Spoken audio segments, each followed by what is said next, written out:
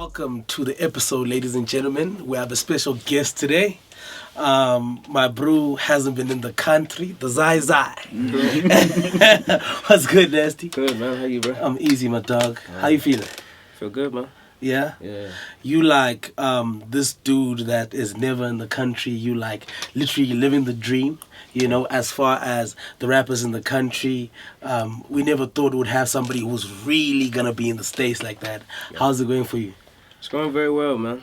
Like you said, I'm getting to live my dream, man. It's a blessing, bro. Yeah. I've always wondered, like, what does it feel like to be around all these guys that you grew up watching on TV and, like, you smoking, I see you smoking with Wale, I'm like, damn. Man, it's a blessing. It's so surreal, man. Like, the first couple times you get to interact with these guys, it's like, I don't know what a lot of people expect out of them, but I'm always expecting them to be, like, these superstars, whatever. Yeah. And then when you meet them, they're very, very humble, very normal guys, you know? Yeah. Who appreciate the talent in anyone else that they meet, you know, any talented artist, regardless of where you come from and stuff like that. And that kind of stuff is like, it's golden to me. Yeah, you know? It's dope, man. Yeah. It's dope. Don't you think it's also reflective of what you have done yourself? Because, I mean, you have done extremely well in your career, and I think the energy that you receive is what you put it out and you get it back. Yeah, exactly. And I saw you talking about how you had a conversation about Lil Baby. You're like, this dude is like worlds apart from me. Like right now we got Call of Duty, Nicki Minaj, Lil Baby, crazy, and Nasty fucking C, dog. Man. That's wild, man. Yeah. Man. How did the relationship and the partnership with Kerry Fest come about? It was just like what you were saying. That like the energy that you put out will always kind of come back to you. So since I think 2020, like mid-year, like June, I think that's when everyone was kind of cooped up in the house trying to figure out what their new hobby was and stuff like that. So that's when I started hopping on the sticks, just playing Call of Duty nonstop. And then I just fell in love with it, you know, at a time where it was like, it was very tricky for musicians, you know, because it's like, you can make all this music, but if you don't get to go out there and perform it and see people receive it and sing it back to your face, it's not the same. You know what I mean? So I kind of found like a new love in gaming and Call of Duty specifically. And I just put that energy out there, man. I always just wanted to someday be a partner of the brand and have them recognize me and the love I have for the sport and whatever. It's a sport to me. Yeah. You know, and I just kept putting that out there, man. And I guess the right eyes kind of caught wind of what was happening and stuff like that. Yeah. And they reached out and boom, before you know it, yeah. And the strategy around, I can see obviously there's the Iverson Army tour going on. How do you plan on marrying those two worlds, like the gaming world and the hip-hop world? So, being a person that's always been into gaming, no? But like heavily got into it 2 years ago. Yeah. It's something that I always saw going hand in hand, you know, the gaming and the music thing, especially for these young kids, you know, because if they're not listening to music or doing schoolwork and stuff like that, what are they doing? They're playing games. They're playing games, yeah. Do you know what I mean? So it's like, it only makes sense we kind of marry the two, and it's like, these are two growing industries. One has been growing for longer than the other. In SA, like music is not just music, but like specifically hip-hop music, has been growing. It's been on a come-up, still is, on a crazy come-up. Yeah. But like the gaming side of things is fairly new. Like we've been playing FIFA and stuff like that, but for it to be an actual thing, where it's like you can make a living out of it, it's fairly new, no? So it's like, it felt like, I know, it makes sense for us to kind of marry these two and rise with it, you know, at its core, at its birth right now. Yeah. So what can the fans expect at these 5 events that you guys be having? Man, these are going to be very different, bro. Like the first half of the day, we're dedicating specifically to just the tournament, the Card M tournament. Yeah. So the first 4 hours of the day, we're gaming. Yeah. It's nothing but just like we're playing games, we're competing, going crazy. And then later on in the night, we celebrate it all with just like music and stuff like that. We have amazing, talented artists over there who are also into gaming. Yeah. So it just kind of is dope, man. It makes a lot of sense. You know, the thing that's been really trending in the country in the last couple weeks has been the Lemons and Lemonade verse, you know. We had a conversation with AKA about 2 weeks ago, and he was just telling us about how initially when he approached you with the record, like you weren't trying to jump with the record. Why? Not that I wasn't trying to jump on it. I was very unsure if I was gonna be able to deliver, you know, because obviously it's not my kind of sound. Yeah. No, so I was like, yo. It's more his sound. Yeah, exactly. Yeah. And I was like, yo, I don't know, jumping on that type of sound with someone who's like pretty much the god of that sound at the moment. It's like, yo, this is tricky. I don't know if I'll be able to match it. It's also tricky because the last time you guys were on a record together, it was like you guys were trying to murder each other and that like shit. Barring out. Type thing, you know? Yeah. But it's like it's something that I always said in a lot of the interviews. A lot of people around that time, they will also be, also what's it like having, and this was at like the height of this whole AKA Cassper thing. Yeah. They're like, oh, so what's it like having songs with both these guys and whatever and da. And I always kind of said, yo, the track with Cassper and Anati was dope because it was just like, we were just vibing. It was at a hotel, we were just vibing. Yeah. And then with AKA, there was like a little bit of tension over it. Yeah, It was like, all right, what are we doing? Are we rapping? You know what I mean? Yeah. And I was like, I wish one day we can just make a fun song. You know? And then there it goes. Now we have it. It's pretty dope, man. So, bro, you know, I don't know if you know. I'm sure you know you're sitting on one of the biggest verses in hip hop right now. People say you are, bro. I mean, like that verse is wild. It was dope, man. I had a lot of fun recording that. Yeah. And I'm sure when you look at the reception now, how do you feel? Because everyone fucks with that verse.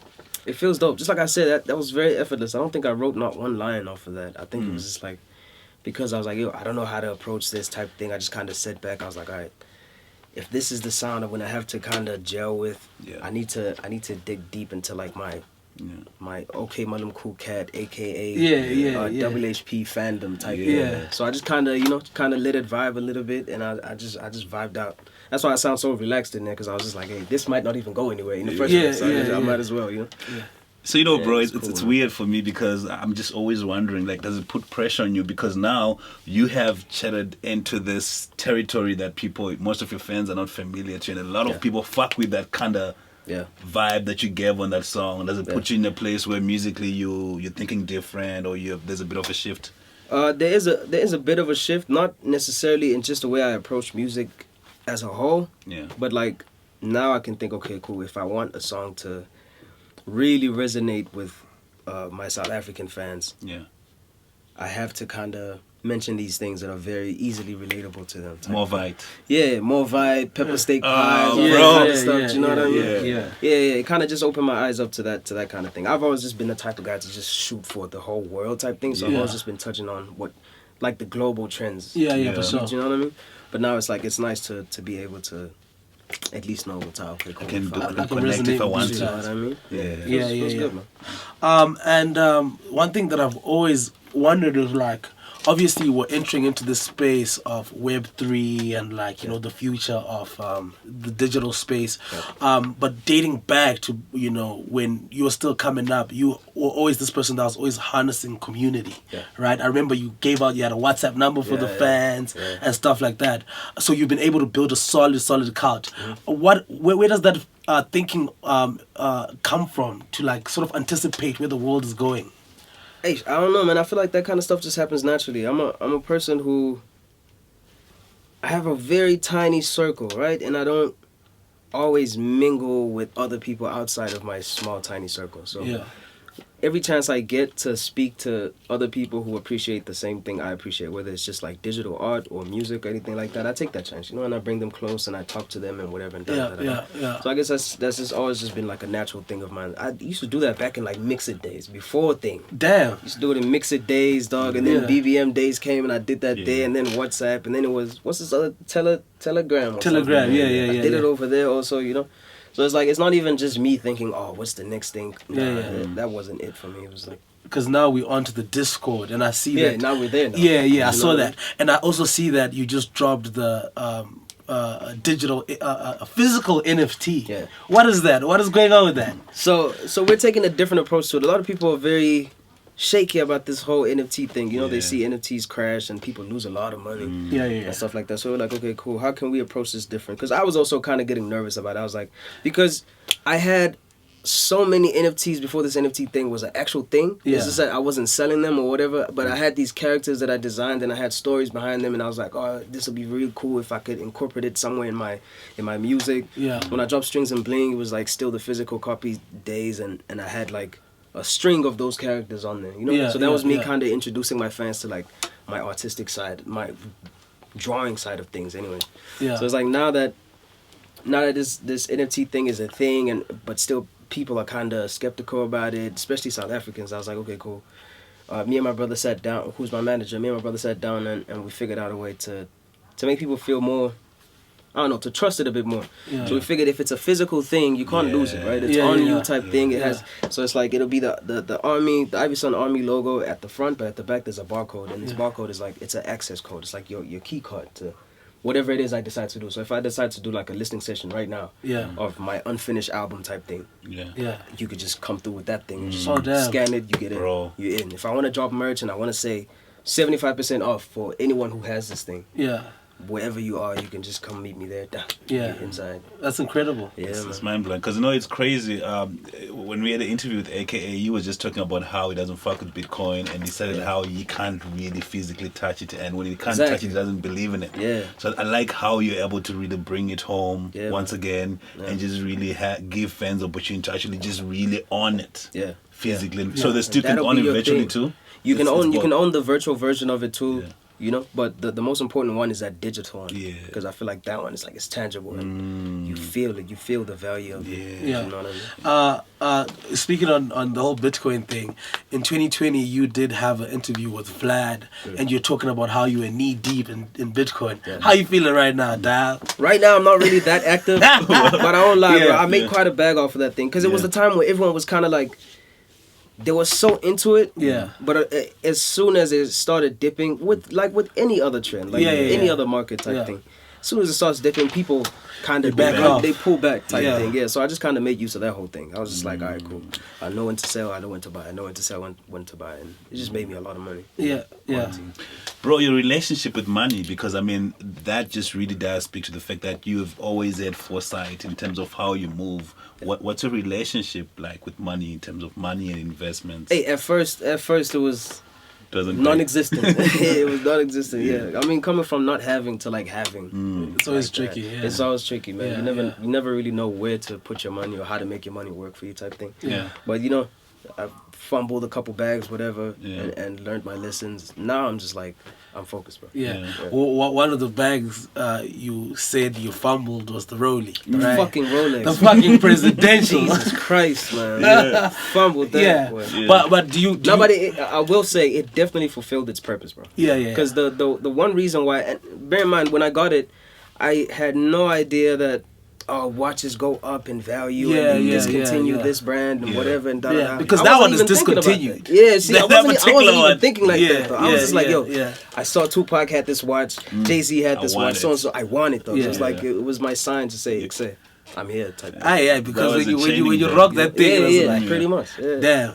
Yeah, when you rock that thing, it was like, my bro has made it. Yeah, you see how the people in business. Even the confidence, bro. People don't look at it. They're like, bro. They used to look at me weird, man. They asked me a whole bunch of questions. So what do you do? Stuff like that. Yeah. Just an icebreaker of sorts. It is definitely, definitely is, definitely. And now you are about to embark on the tour. Yep. You know, so the guys who are gonna get that physical NFT are gonna be able to access the shows without paying. Not necessarily without paying, but they get a whole bunch of perks that other people can't even pay for. Okay. How did you pick your features though for the mixtape? These are just the guys that behind the scene. So like people that haven't really seen me, people haven't seen me perform with these guys. I mean, quite a few of them they have, but people like Nadia, Case Close and stuff like that. Yeah. People hadn't really seen me on stage with them and making music with them. So I was like, all right, cool. I mess with these people, they're good energy, and just like outside of music, talking to them, they've always just been cool people. Yeah. I was like, all right, let me bring them on. And these are the people that kind of were just like fighting for hip hop when everyone else was kind of just like, nah, let's. Yeah. But bro, you have been in the game for a very long time, you know, like since you were very young. Mm-hmm. What do you like about the game and what do you dislike about the game? What do I like about it? It's so much I like about it, man.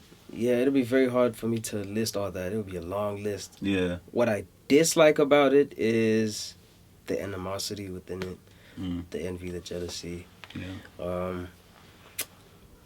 Because times have changed so drastically and just like people see other people get successful so quickly and whatever. Yeah. And all that kind of stuff, like the fake stuff that happens. Like you'll see someone blow up now, and all of a sudden they're hanging around all these big people or whatever. Yeah. People kind of see that and think, okay, cool, off of one hit, I deserve to be there. I deserve to be there. So it's the entitlement also that I dislike about that whole thing, and people just feeling like they don't have to grind their ass off to make it to. Yeah, that's the one thing I don't like. And with like blowing up at a young age, I think you blew up at like 16, 17, right? Yeah. Was adjusting to the fame like a tricky thing for you, or was it like a breeze? Nah, it definitely wasn't a breeze, but it wasn't hard. I don't know. It's kind of in the middle, man. Because I've always just been this very shy, very timid person, introverted type thing, and all of a sudden now I have to be in front of people every single day of my life. Yeah. So that was a bit of a challenge, but it was cool, man. I enjoyed it. Definitely enjoyed that whole. Yeah, still am enjoying it. Yeah.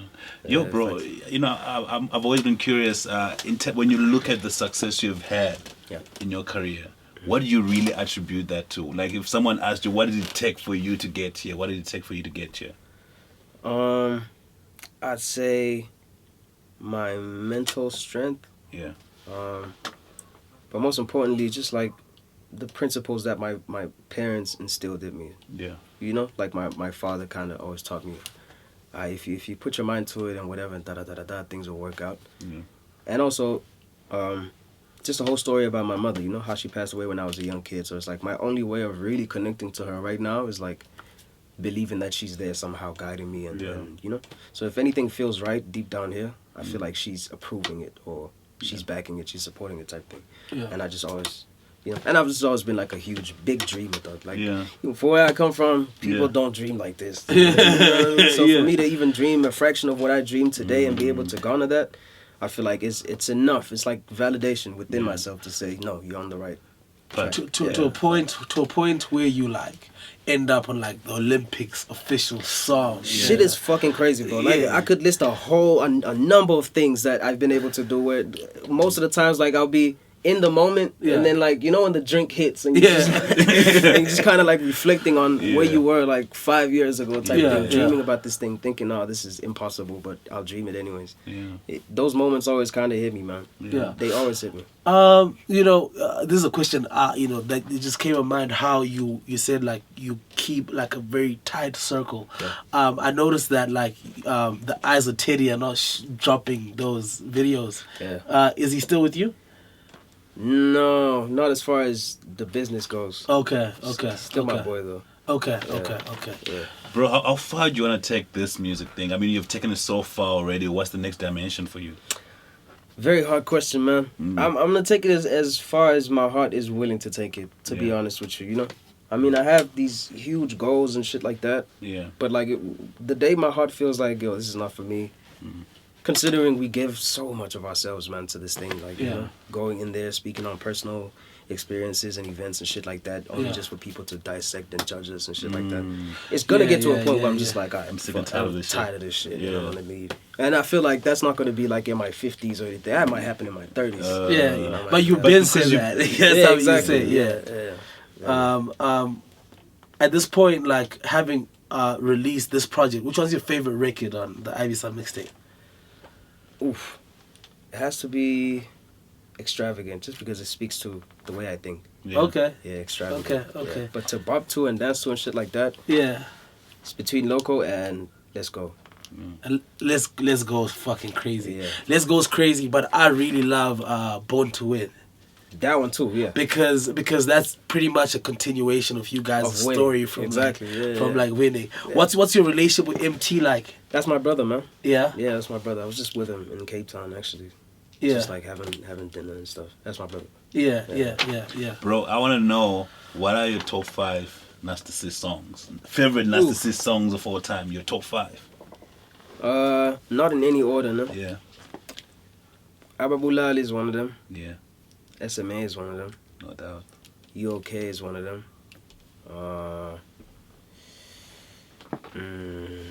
Let me see. Shit. Hell No is definitely one of them. No doubt. Yeah. I want to say Juice Back, but I also don't want to say Juice Back. Why is that? I don't know, because it was just like, it wasn't a real moment when I made that song. I was just kind of at home, and Halo just made it, and then it just But it became blew what up. it was. Yeah, it did. That song. But that doesn't make it my favorite. Like that yeah. moment when I was recording it. Yeah. Yeah, it was just like another song to me.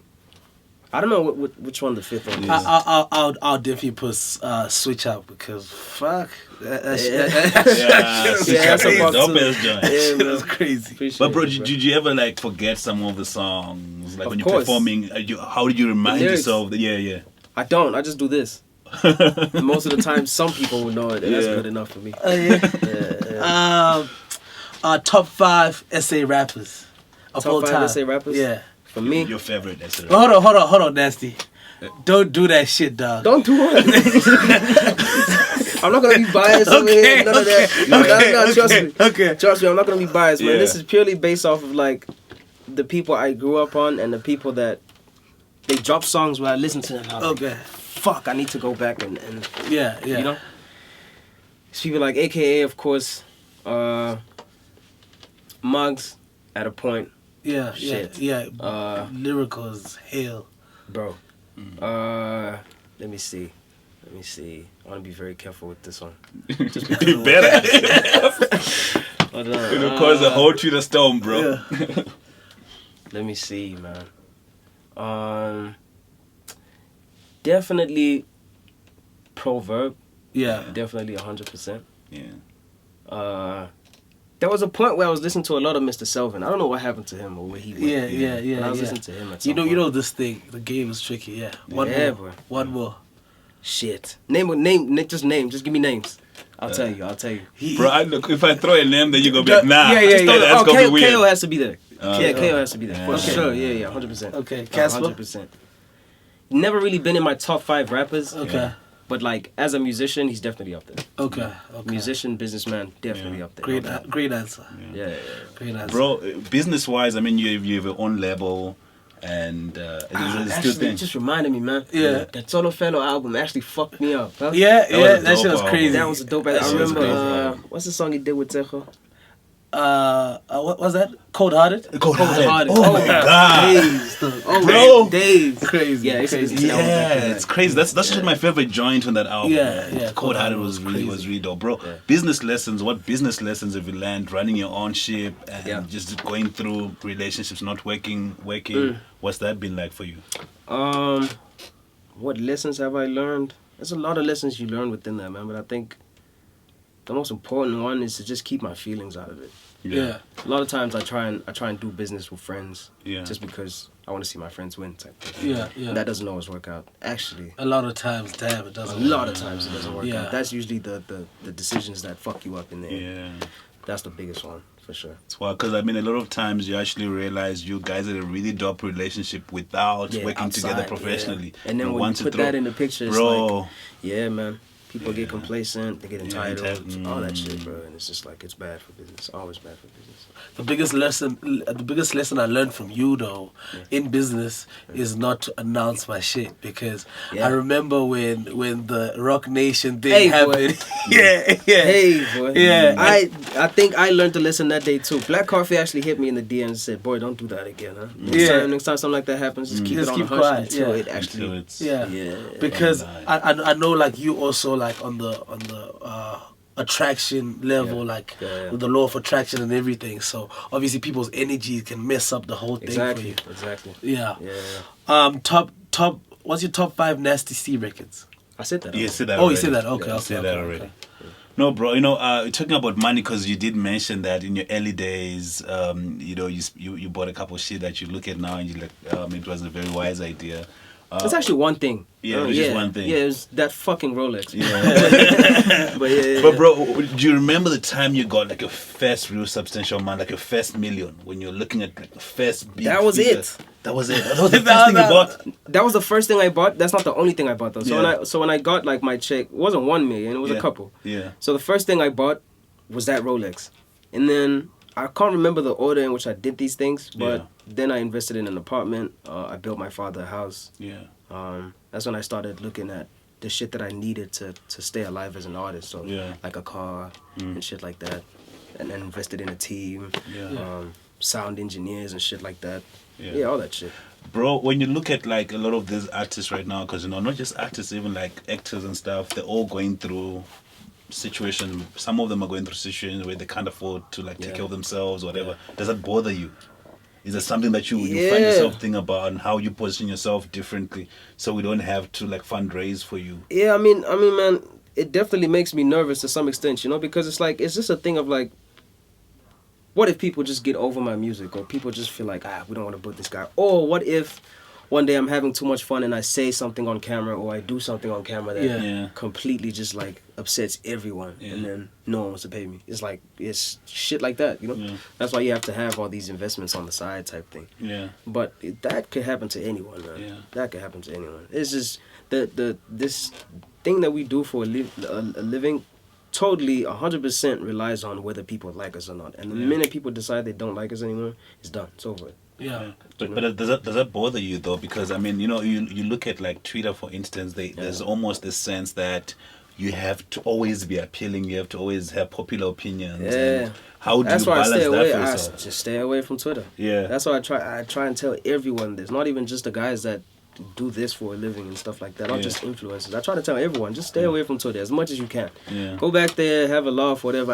It's all fun and games, but just like stay away from it. That shit is not good for your energy, bro. Yeah. It's like people fool you into thinking, oh, you have to be a follower, you have to move with the herd type thing. And the minute you decide to go left, and those eyes, fucking it fucks you up, man, mentally, and then, you know, inadvertently that just fucks up everything else that you trying to do or conquer in life.